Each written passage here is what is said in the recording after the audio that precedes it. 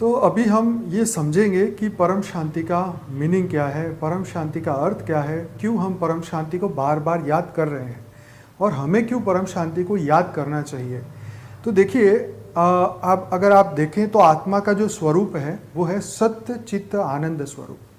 तो जब हमारी आत्मा का जब सृजन हुआ, जब वो परम धाम में, जब परम धाम एक शब्द आप बहुत बार सुना है, तो परम धाम में जब हम निराकारी रूप में थे तो हम परम शांत अवस्था में थे। हमारा मूल प्रकृति ही परम शांति की है। अगर आप किसी को भी पूछेंगे कि भाई थक गए तो अब क्या करें, तो बोले शांति से बैठ जाओ, शांति से आराम कर लो।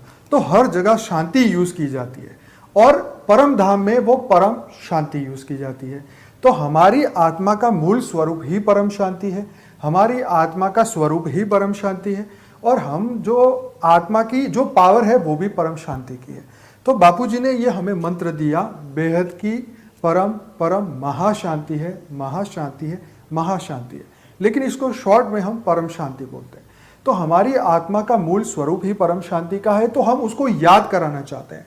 जैसे हम किसी को भी हमारे गुजराती में बोलते हैं कि भाई कैसे हैं, मिलते ही बोलते हैं, प्रणाम नहीं होता, हमारे यहाँ होता है कि कैसे हैं आप। तो पूछने की कोशिश की है कि आप अंदर से कैसे हैं, लेकिन हमारे यहाँ क्योंकि एक आध्यात्म जगत एक अलग है, एक स्थूल जगत अलग है, तो हम आध्यात्म जगत में आपको ये याद कराना चाहते हैं कि आपकी अंदर की भीतर की जो शांति है, क्या वो आपको याद है? क्या आप अपने रियल मूल स्वरूप को जान रहे हैं? अब अपने परम शांति शब्द को आप याद करिए कि मैं परम शांत हूँ, ताकि हमारे मन के अंदर जो सुख और दुख की जो परिक्रमा जो चलती रहती है, सुख और दुख की जो बातें हर पल हमारे अंदर चलती है, तो कहीं ना कहीं हमें वो शांति की अनुभूति हो, परम शांति की अनुभूति हो। तो इसलिए हम परम शांति शब्द को यूज करते हैं और पूरी दुनिया में इसी के वाइब्रेशन फैला रहे हैं। तो देखिए, अभी हमें ये समझना चाहिए कि हमारे वेदों, उपनिषदों, हमारे शास्त्रों के अंदर जो ये अध्यात्म का ज्ञान है, राइट, आत्मा का ज्ञान है, हमारे आत्मा से रिलेटेड जो भी ज्ञान है वो हमें समझना चाहिए, क्योंकि अभी तक हम क्या है कि उसको इतना सीरियसली नहीं लेते। तो हमें ये समझना चाहिए कि वेद, उपनिषद, शास्त्र क्या कह रहे हैं, हमारा रियल मूल स्वरूप क्या है। जैसे पूरी दुनिया एक कॉमन लैंग्वेज में जानती है कि हम एक आत्मा है, हम एक चेतना है, हम एक दिव्य चैतन्य, एक ज्योतिमय एक आत्मा है, हम मानते हैं, ठीक है, हमने मान लिया। लेकिन हमारा जो मूल प्रकृति है, जो हमारा मूल ओरिजिनल स्वरूप है, वह शास्त्र के हिसाब से ब्रह्म स्वरूप है। हम वही ब्रह्म के स्वरूप है जिस ब्रह्म से पूरी दुनिया बनी। जैसे बोलते हैं ना कि परमात्मा हर जगह पे है, चाहे आप कोई भी चीज हो उसके अंदर उसका वास है। 33 कोटि देवताओं का वास हर जगह बताया गया।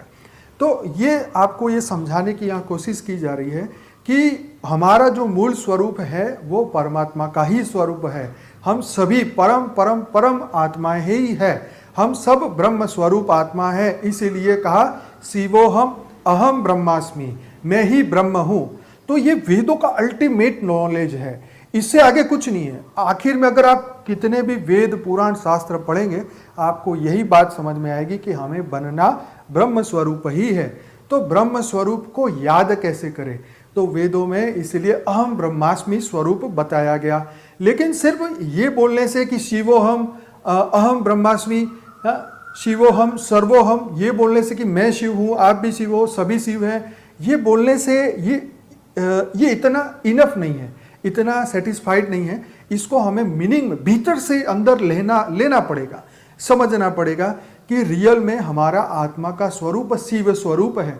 हमारे वेदों उपनिषद में बताया हुआ है कि हमारी आत्मा ही शिव है। तो हम शिव से जीव क्यों बने, उसका कारण हमें समझना चाहिए। हम जीव से अब वापिस शिव कैसे बनेंगे, उसका हमें ज्ञान समझना चाहिए, क्योंकि ज्ञान ही हर कष्ट का उपाय है। ज्ञान से ही हम अपने मूल स्वरूप को जान सकते हैं, पहचान सकते हैं। जैसे कुछ साल पहले जब मैं वकालत करता था तो कोई मुझे पूछे तो मैं यही कहता था कि हाँ, मैं एक वकील हूँ, मैं इनकम टैक्स लॉयर हूँ, मैं इनकम टैक्स के बारे में जितनी भी जानकारी रखता हूँ मैं आपके साथ शेयर कर सकता हूँ, आपकी मदद कर सकता हूँ। लेकिन जब मैं आध्यात्म में आया तब मुझे समझ में आया कि मेरा मूल स्वरूप, मेरी आत्मा का जो मूल स्वरूप है वो ब्रह्म स्वरूप है। मैं एक परम परम परम परम आत्मा हूँ, राइट। मैं एक दिव्य आत्मा हूँ, जागृत आत्मा हूँ, चैतन्य आत्मा हूँ, परम लाइट परम प्रकाश की आत्मा हूँ। आज वेस्टर्न वर्ल्ड में बहुत ही एक कॉमन लैंग्वेज यूज की जाती है कि लाइट बीइंग, तो प्रकाश का स्वरूप। तो विदेश में ये बात लाइट बीइंग बोलते हैं कि हम सब लाइट बीइंग है। तो रियल टाइम में यही ब्रह्म स्वरूप की बात हमारे वेदों शास्त्रों में बताई गई। और जहाँ पे देवों की बात आती है, 33 कोटि देवताओं की बात आती है, तो हमें इस ब्रह्मांड को पहले समझना चाहिए, जियोग्राफिकली समझना चाहिए। जैसे ये पृथ्वी है तो पृथ्वी एक ग्राउंड फ्लोर है। जैसे हम आज फ्लैट बनाते हैं तो कुछ मंजिल ऊपर होता है और कुछ अंडरग्राउंड में भी होता है। तो एक पार्किंग जो ग्राउंड फ्लोर पे होता है, तो इसको ये अगर हम समझें कि पृथ्वी एक ग्राउंड फ्लोर है, ठीक है। तो 7 लोक ऊपर, भूलोक, भूगर्भलोक, स्वलोक, जनलोक, तपलोक, ब्रह्मपुरी, विष्णुपुरी, शिवपुरी, तो 7 लोक ऊपर है और 7 लोक पृथ्वी से नीचे। तो रसातल, तलातल, पाताल और इस तरीके से 7 लोगों की चर्चा है। तो 7 लोक ऊपर, 7 लोक नीचे। पहले के समय में जब सतयुग की स्थापना, जब सतयुग बनाया गया, सतयुग था पहले, तो उस वक्त धरती लोक पे जीवन था, ऊपर के लोक में जीवन था, जिसको हम स्वर्ग लोक बोलते हैं, वहां पर भी जीवन था। तो पहले एक व्यवस्था थी कि देवताओं को ऊपर का लोक दिया गया था, स्वर्ग लोक, वहां पे वो रहते थे। असुरों को पाताल लोक दिया गया था, रसातल, पाताल, तलातल, वहां पे दिया गया था। और मनुष्य जो है वो धरती लोक में रहते थे। पर जैसे जैसे युग बीता, सतयुग के बाद त्रेता आया, त्रेता के बाद द्वापर आया, द्वापर के बाद अब कलयुग चल रहा है, 5000 साल हो चुके हैं। तो जैसे हम त्रेता के युग में आए, त्रेता युग में, तो आप देखेंगे कि जो असुरों का इंटरफियर बढ़ा, अब वो धीरे धीरे धरती लोक पे अपना कंट्रोल करना चाहते थे। अब धरती लोक पे इसीलिए मनुष्यों के साथ उनका युद्ध बढ़ा। आप देखेंगे कि ये 3 लोक के मालिक तो इंद्र थे। जैसे इंद्र को 3 लोगों का स्वामी कहा गया है, भूलोक, भूगर्भलोक और स्वलोक। तीनों लोक में जितने भी जीव हैं उनके ऊपर भगवान इंद्र का आधिपत्य था, उस जीवों के ऊपर उनका आधिपत्य था, मतलब कंट्रोल था इन शॉर्ट। तो उस वक्त क्या था कि असुरों ने देखा कि इंद्र के पास तो हर जगह पे उनका राज चल रहा है, तो क्यों ना हम उनके राज पे एंटर करें, इसको हम अपने अंदर, इसके ऊपर हम अपना कब्जा करें। तो आप देखेंगे कि देवता और दानव में पुराने समय से युद्ध चल रहा है, आज से नहीं, कितने करोड़ों सालों से। तो हमें यह भी समझना होगा कि ये सृष्टि कब बनी। साइंस बोलती है कि ये पूरा यूनिवर्स जो है वो तो 13.4 बिलियन ईयर का बताते हैं, पर हमारी अगर पृथ्वी की बात करें तो 400 करोड़ साल पुरानी हमारी पृथ्वी को बताया जाता है। अब हमारे वेदों और शास्त्रों में बताया कि ब्रह्मा का एक परार्ध पूरा हो चुका है, जो कि 156 करोड़ साल का था, और अभी ब्रह्मा का दूसरा परार्ध चल रहा है, जो कि अभी उसमें भी 197 करोड़ साल बीत चुके हैं। एग्जैक्ट कैलकुलेशन भी मैं आपको बता सकता हूं, क्योंकि ये शास्त्रों के आधार से है। तो हमें यह समझना है कि समय समय पे प्रलय, अर्ध प्रलय, कल्प प्रलय, महाकाल प्रलय होता रहता है कुछ करोड़ साल बाद। जैसे हमारा सतयुग, त्रेता, द्वापर, कलयुग का जो एक चक्र है 43,20,000 साल, 43,20,000 ईयर। जैसे कलयुग को बताया गया 4,32,000 का, फिर उसके आगे द्वापर का इससे डबल 8,64,000, फिर उससे आगे त्रेता, उससे भी डबल, और उससे भी डबल है सतयुग।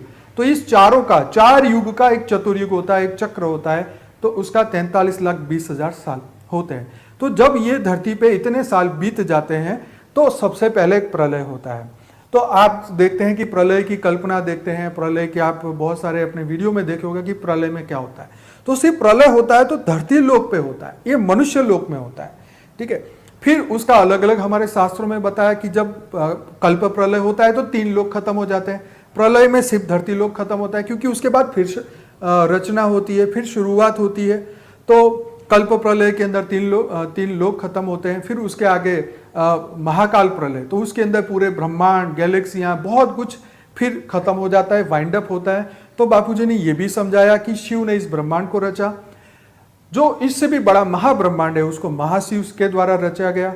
फिर जितने भी हम देख रहे हैं कि गैलेक्सियों से भी ऊपर, जिसको मल्टीवर्स आज की डेट में हम बोलते हैं, तो गैलेक्सी को महाब्रह्मांड बताया गया। परम महाब्रह्मांड मतलब यूनिवर्स, और परम महाब्रह्मांड मतलब मल्टीवर्स, जो कि बापूजी ने अपने दिव्य दृष्टि से ये ज्ञान बताया कि हर जगह जीवन है। और जब भी ये प्रलय का समय आता है, क्योंकि शिव, महाशिव, परम महाशिव, परम महाशिव, तो ये घड़ी, जैसे घड़ी के अंदर 3 कांटे होते हैं, मिनट का, सेकंड का और आवर का, घंटे का, तो ऐसी तरह शिव का, महाशिव का, परम महाशिव का अलग टाइम होता है। तो आप, हमारी एक बुक है अनंत कोटि ब्रह्मांडों का महाकाल प्रलय, आप हमारी एक वेबसाइट है, वहाँ से ये बुक को डाउनलोड कर सकते हैं और आप डिटेल में स्टडी करिए कि ब्रह्मांड क्या है, महाब्रह्मांड क्या है, परम महाब्रह्मांड क्या है।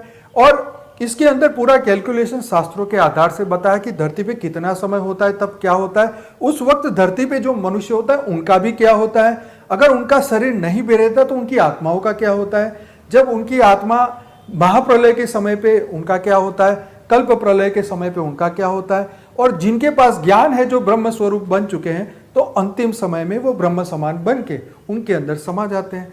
तो इसी तरीके से ये साइकिल चलती आ रही है, चलती आ रही है, चलती आ रही है। हम बार बार जीवन, बार बार मृत्यु में फंसते जा रहे हैं, फंसते जा रहे हैं।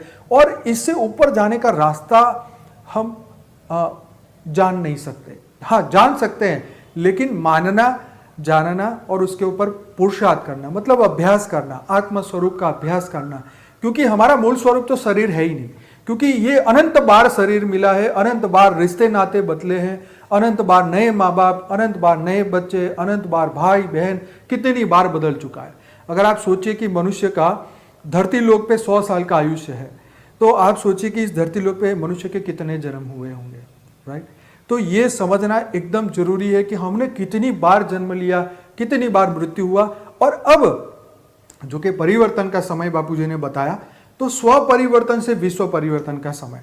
तो जब हमें ये बात समझ में आती है कि धरती पे इतना कुछ बीत चुका है और फिर भी हम एज ए ह्यूमन हर बार यही सोचते हैं कि अभी हमारा नया जीवन है, हमें नई पुरुषार्थ करना है, हमें नया पढ़ाई करनी है, हमें और भी पैसे कमाने हैं, नया गाड़ी बंगला मकान सब इकट्ठा करना है।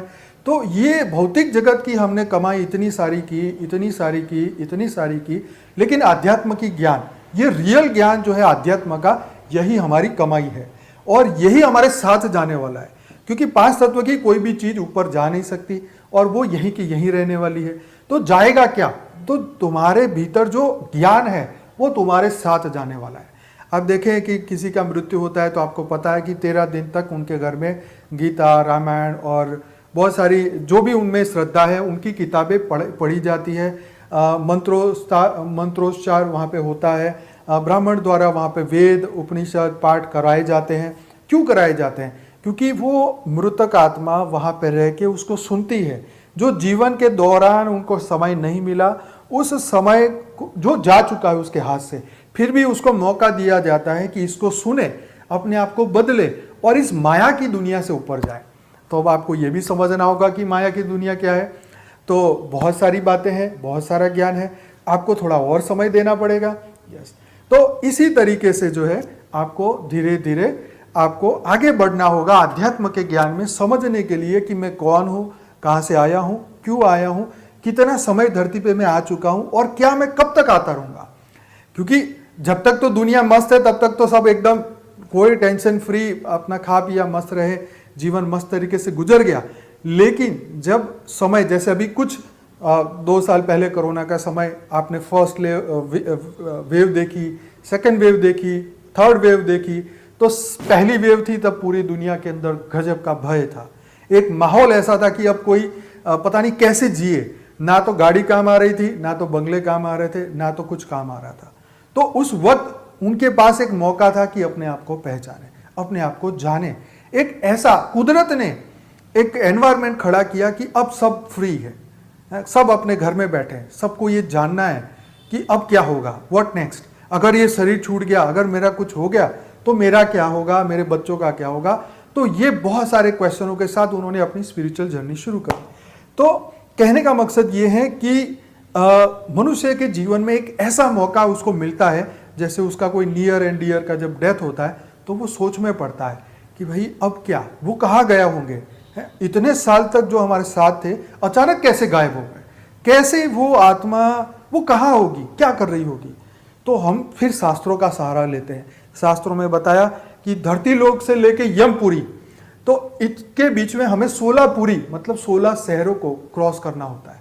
उसके अंदर पूरी एक प्रोसेस है। आप अगर हमारा एक वीडियो है यूट्यूब में, हम इसकी डेली चर्चा करते हैं हमारे लाइव मेडिटेशन के प्रोग्राम में, जो कि रात को 10 से 11 जब से ये लॉकडाउन शुरू हुआ, जैसे मोदी जी ने शुरू किया पहले दिन से, उसी दिन से